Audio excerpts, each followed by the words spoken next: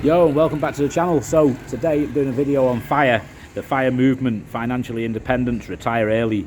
First thing you need to do if you want to obtain FIRE is you need to work out what is FIRE. You need to break it down and understand what it is, right? So first thing is financially independence, the FI in FIRE, right? What is financial independence? It is basically having enough money to live for the rest of your life in the same manner you're accustomed to today, or the manner like you want to be accustomed to in retirement. Say you're 25-year-old now and you like expensive holidays and you like buying expensive cars and push bikes and messing about and enjoying life and going out to the discotheques every night. Well, then you're going to be spending quite a lot of money. So maybe you're spending, to live that lifestyle, you're spending $50,000 a year. If you're going to retire at, say, 55, you might have a whole different lifestyle then than when you're 25.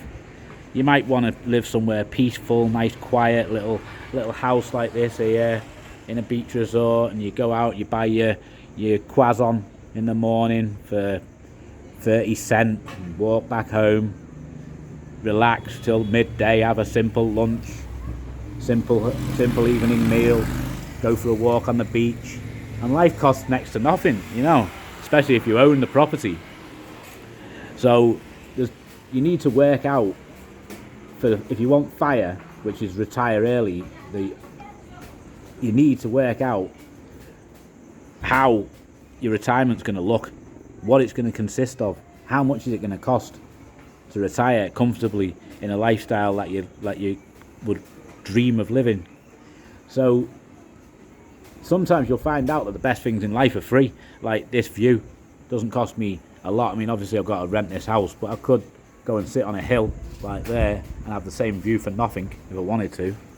So that doesn't cost anything. The beach doesn't cost anything. Swimming in the sea doesn't cost anything.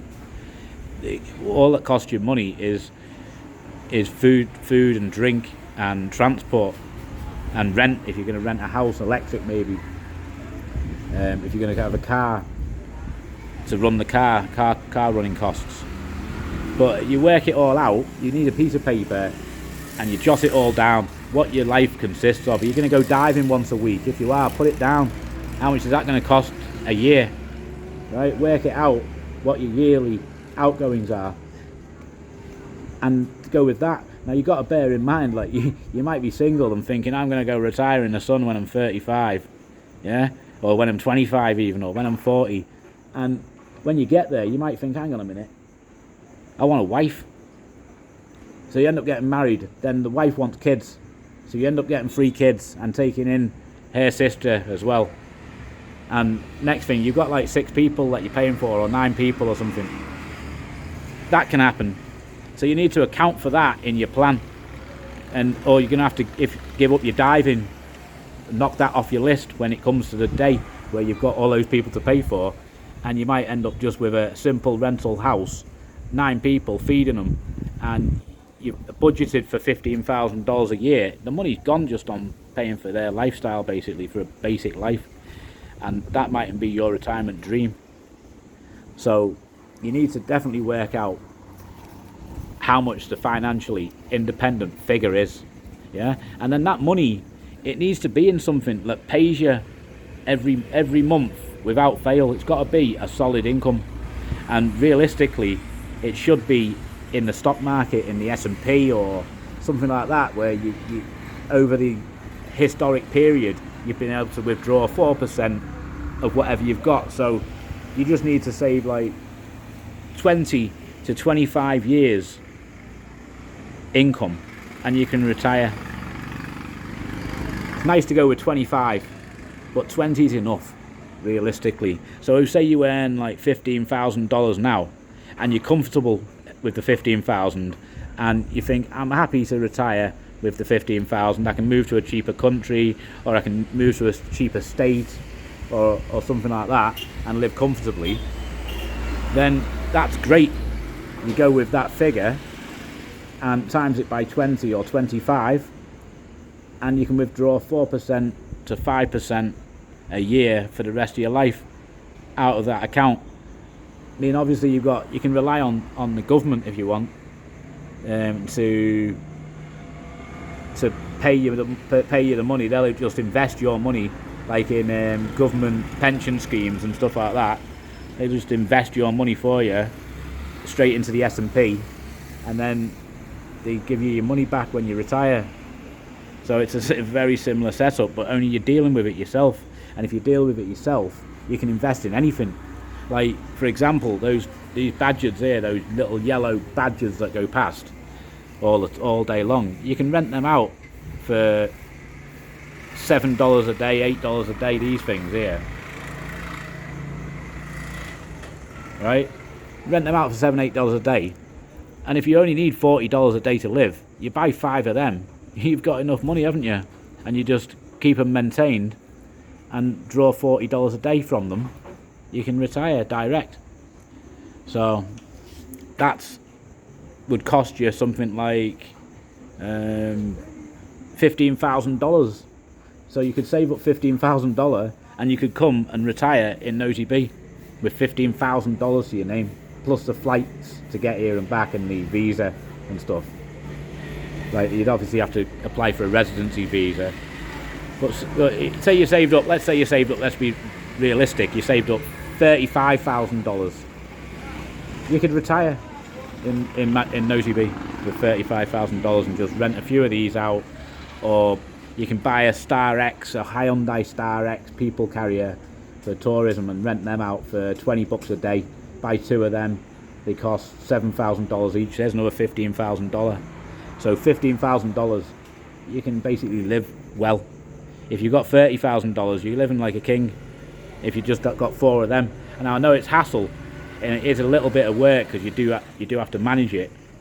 But it is pretty much retiring early and financial independence as well at the same time, as long as you're clever with them. Most Westerners will tend to go for like, I need $1 million, I need $1 million. Really? Oh, that's nice. What for? I don't know.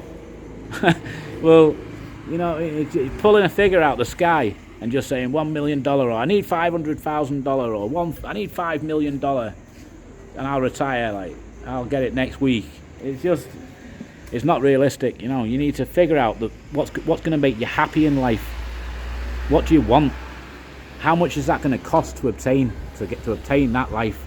Like my life here, I think off the top of my head, it's a little bit hard for me, but off the top of my head, I think around about $700 for my lifestyle that I live here, without my costs, for my family's lifestyle. Yeah, and then on top of that, maybe another $7,000 on top. Say $15,000. I only spend $15,000 a year to live this lifestyle without a car. I ain't got a car at the moment. I've got a Star X, but I rent it out for business. I don't use it. I walk, or I use a Badger for 50 cents and collect $20 a day from my Star X. It's all right. So first of all, break it down. Yeah, write it down on paper. What's the plan? How much do I need? What's the real, true figure that I need per year to live on? And then times it by 25, and you're going to have your financially independence number. Yeah. Then you need to work out where you're going to put the money so that it gives the 4% return, because you want it to grow or at least stay the same.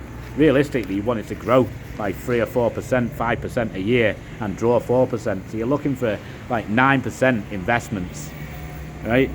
Or 10% investments, which really comes down to either the free fund portfolio. I don't know what it consists of. I don't use it, but you can look up on Google or YouTube the free fund portfolio, right? Have a look into it, see if it appeals to you. Rental property is always a very good one. You can't go wrong with a couple of rental properties, even if you split your money 50% into investments such as stocks, right? Bonds, not so much bonds, but if you could do, if you really wanted to. Maybe even a bit of safety, a bit of silver. Silver's a good investment. You buy silver today, right, and hold it for some time in the next 10 years, I believe it's going to hit $300. and I think it's, I don't know what it is, but I think it's around $20 today an ounce, and it could go to 300. Right? Obviously, all the solar and stuff like that, it all needs batteries to run. It needs silver for solar panels. It needs, and the world is moving towards solar and stuff, and they use a lot of silver, so it's well worth investing in a bit of silver. I think it's used for dentistry. It's used for phones. Telephones have silver in them. It's used for all sorts of stuff, like, so it's and it's a very rare commodity, silver.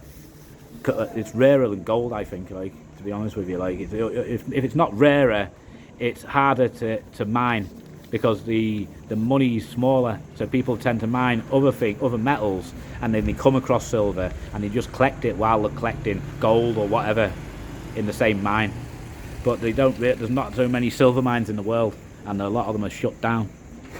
So silver's a good thing to definitely add to the list of possible investments, to invest a little bit of your money. I'm not talking 100% of your money. You put something like 5% maximum of your money into silver, 5% into gold, no, not so much gold, maybe 2.5% gold, 5% silver. Crypto, maybe put 2.5% of your wealth to 5% in Bitcoin. I think 5% might be a little bit much. Because it's a risky asset, you know, and it's 5% is maybe too much. But maybe 2 or 3% into crypto, and only into Bitcoin. Really, realistically, stay away from all the small coins. It's too risky. You're just gambling with that, really. Your pensions, I don't have any pensions. I've got one pension. It's got like 2,000. No, I tell a lie. It's got £11,000 in it. I did have 14, but I bought a load of stocks just before the last crash, and it's dropped. So it's about 11,000 now. But I invested into risky stocks into my pension, because it was such a small amount. I thought, for £2,000, I don't want to put it in the S&P, you know what I mean? And I don't want to add to the pension fund, because I don't want to invest in the pension. Right? I want to invest with real assets like houses, land, cars, taxi buses, businesses. Yeah, I'm all right for investing into pensions for now. I'll give that a miss. I'm too old. If you're going to invest in pensions, you need to invest in pensions when you're 18. You start on your 18th birthday, and you dollar cost average that bitch every month. You put your money into pensions, right? And when you get to 45, 50, you got a big chunk of cash. Yeah, but if you're 40-year-old now, 38-year-old, forget it. It's too late. You know, there's not enough time for the compounding. It's too small a compounding amount for pensions. They compound about 10%, if you're lucky, maybe 8%. So I wouldn't bother too much with the pensions. Let me just go and put this light on here, because it's getting dark. I want to finish this video. I've got some more information for you, which might be quite useful. So let's put this light on a bit lighter. Yeah, so let's have a look. What else is there? Cash. You can save some cash. Cash is always good. You should have like 3 months of your 3 months living costs, to a survival budget, and you just put it in the bank account, a low interest account, like you can get instant access to, and it's just to help you sleep at night. A little bit of peace of mind, and if something goes wrong, you've got a bit of cash. So you should always have a little balance of like 3 months, and realistically, let's call it $5,000. Keep $5,000, $10,000 to one side, yeah, as cash.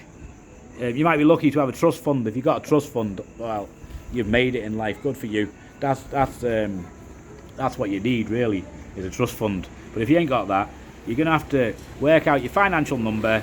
How much do you need to obtain financial independence? And then you break it down. You say, right, okay, I need $500,000. I've got $50,000. I need $450,000 more dollars so I can retire early. How am I going to get that money together? Yeah. So you work out. You say, right, well, I'm 25 now. I want to retire when I'm 40. I've got 15 years to find $450,000. You break the $450,000 into 15 years, which gives you what, about $30,000 or something a year, right? 33,000 a year, right? No, it's not even that. I don't know what it is, but you break it down. 450,000, divide it into the amount of years that you've got, and then you figure you need to find each year to get to that full figure. Now obviously it'll get easier because if you invest it, you'll get compound interest on stocks and dividends and stuff like that. They're gonna start compounding, right? And so you're gonna hit your figure earlier than you think if you just break it down by like 15 years, divide the 450 into 15. So you might only need like 30,000 a year for 15 years, which will give you the 450, right? So maybe you might only need 22,000 a year, right? So if you can hit 22,000 a year, you could maybe retire and have the 500,000, and you'd be done, and you're ready to execute your plan. Now obviously if you can do a bit of hustling, you can increase your wealth, increase your income, and put the money away. But try and live like you're broke. That's the best way to do it, is live like you're broke and save as much as you can and just invest it. I invest into stock market, mainly into the stock market and into Madagascar properties, land, businesses in Madagascar where I can make money, and hustles, side hustles. I've got side hustles that I do. If I use an aeroplane to fly anywhere, I'll buy like 2 bottles of double black label Johnny Walker whiskey from the airport, duty free. I'll just sell it direct to the first hotel I walk past and make I don't know, 20 bucks a bottle, 10 bucks a bottle. It doesn't really matter to me. It's just extra pocket money. It goes towards paying for the flight, paying for my travel. I'll bring things in my suitcase that I can sell. Like, there's so many things you can bring in your suitcase when you go on holiday. You can bring let's have a think about it, right? You can bring cigarettes. You can bring, even like if you say whiskey to certain countries in the world, like Tunisia, yeah, you can sell it direct to hotels for big money because they're Muslim and they don't drink in Tunisia.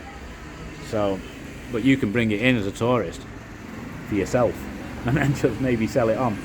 And then things like cigarette papers, I can make a fat 500% profit, I think it is.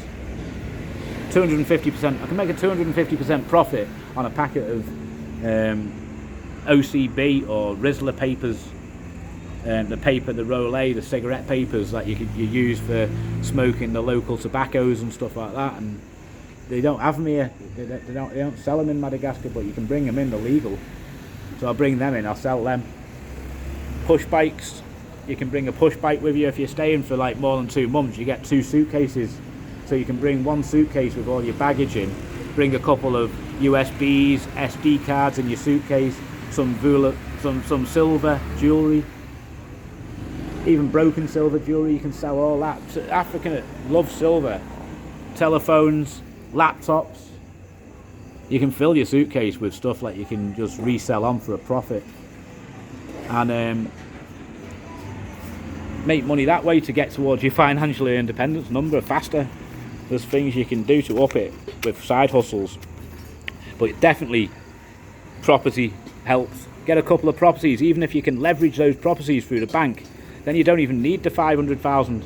You know, if you can make 50,000 a year from investing $250,000 into property, you're happy days. You know, you're there. You're going to hit your financial independence number, and you'll have a sweet income that's solid. You just use an agent to manage your property in whichever town or city or country it's in the world, and go and live wherever you want in freedom. You know, obtaining financial independence, retire early, to me is, I see myself. If somebody said to me, "Have you hit FIRE?" I'd say, "Yeah, I have.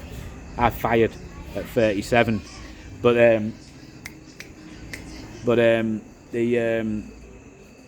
With the FIRE thing, you can hit that number very quickly, and you can retire nice how you like. But there you go. So I'll pretty much leave that video there, and I shall do another one soon on financial independence, retiring early. And that's it for tonight. It's all over. Night night.